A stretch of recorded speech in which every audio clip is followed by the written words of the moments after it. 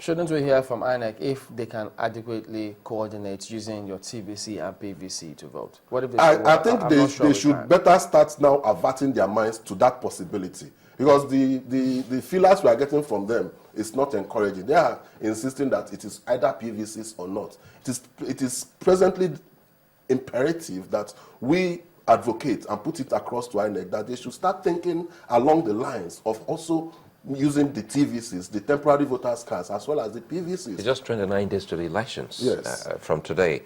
And if that message is not coming from INEC, what can anyone do without his or PVC? I'm afraid in proper situation, if we put things in proper perspective, I think, okay, let me use an analogy. We believe in law that it is better to let 99 criminals go free than to imprison or convict one innocent person.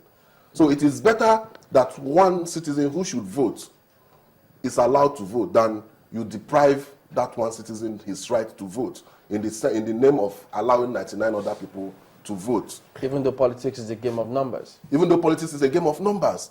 In other words, you have to ensure that 100 people, as much as possible, are allowed to vote where possible. And if 100 have their PVCs and TVCs combined, you allow them to use their TVCs and PVCs, and you get 100. Instead of making it PVCs alone, and you have only 60 or 70. Are we not the same people who are saying, look, we want to ensure that incidents of rigging become history in our elections? And then they've said, look, we can only do this if we allow people to use the PVCs. It's a process. Where we can have card readers. Yes, it's a process. Card reader is extremely very good.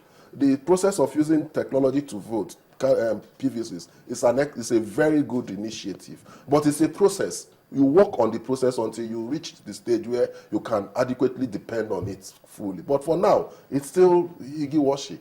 I want to ask, though, what exactly was the situation in your own local polling unit?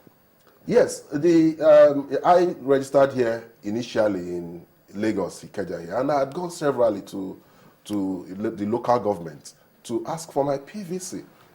And you wouldn't believe it. Some of the staff you see there treat you as if they are doing you a favor by giving you your PVC. And they told me that my PVC is not yet ready. They took my phone number and asked that I go, that they would get back to me. As I speak to you today, I don't have that PVC. I've made an application to transfer my voter's card to Imo State, where I intend to be during the elections period. And I'm expecting the results to come out. But for now, I think that even while I'm going to transfer, I should also have that PVC. And across board, I have a very life example in Imo State, where I have been for the past few weeks. In Owerri North, Owerri Municipal, in Osu local government area, for example, there are no PVCs. Nobody has received PVCs. You see people complaining and INEC is not giving them PVCs. People have gone to INEC to complain and they say that they are aware of it. And yet nothing has been done. And some of these areas are strongholds of strong candidates, candidates. But you know that INEC now says that they've decentralized the collection process. Yes. It doesn't only have to be at the local government. Yes. But now they've I think that is more in the speech than in reality. Because, yes, I can also tell you that I have also had feelers of INEC staff who tell you that, bros, they are just announcing it. There is no provision, no resources to go down there to do these things. They are not provided for. If you go out with your cameraman, go to some of the polling units in Lagos, for example, and see whether in the local areas, whether they are distributing the PVC. That's from an INEC staff? Yes, from an INEC staff. I can assure you about that, yes.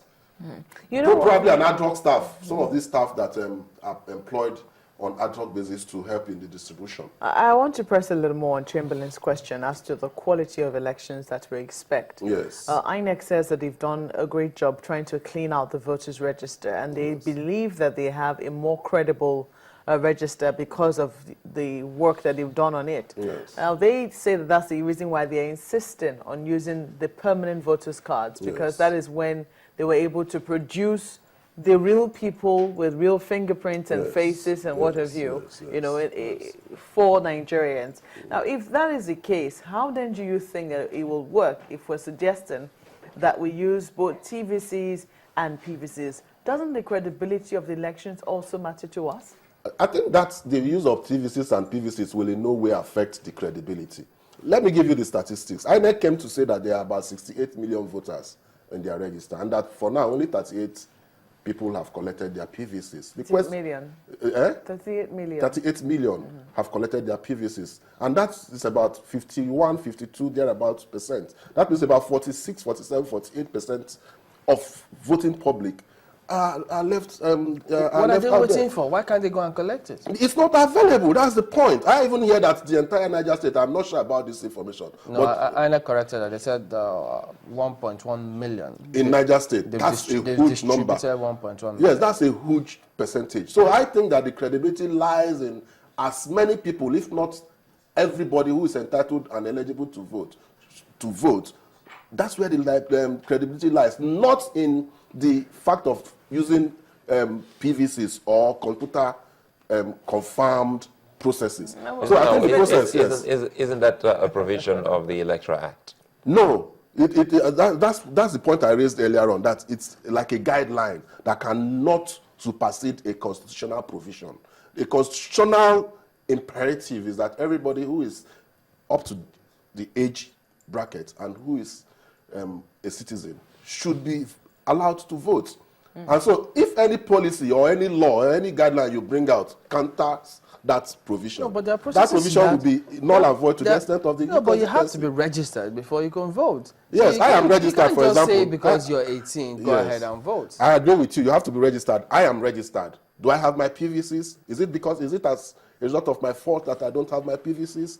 No, it's not my fault. But again, some people will say that there is a world of difference between credibility and legitimacy. Yes. The question you raise will border more on legitimacy in terms of how many people were able to vote a particular candidate for that person to emerge. Yes. But credibility is about, whether or not we're able to get the number of people who registered, got their PVCs to vote, being the reflection of the will of those people who voted. Yes, you know what I'll tell you about that?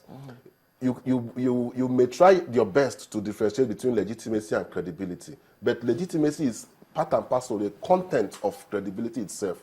In credibility, if you don't find legitimacy, you are dancing around the bush. That's the point. So if you are talking about credibility, then you must put legitimacy into context. All right, we have to let it go there, even though trying to get his name now. Debola is trying to ask you if the verdicts such as maintain status quo helps aggravate the electoral process. People misunderstand maintain status quo. There is status quo bellum ante. That is status quo before the belligerence, before the war started. And there is status quo even after the war has started as situations are. So people mistake it. When a judge says status quo and leaves it at that, that means as at the point when you are coming to court, status quo, that's a status quo. But if the court says ante bellum, bellum ante, that means before the conflict started. So that's where people misunderstand the principle of status quo. Maybe they should just say those status quos either in Yoruba, Hausa, or for us to get it. Yes. Save us is Latin. Thank you for coming on. My pleasure. We're back after the break, everyone. Don't go away.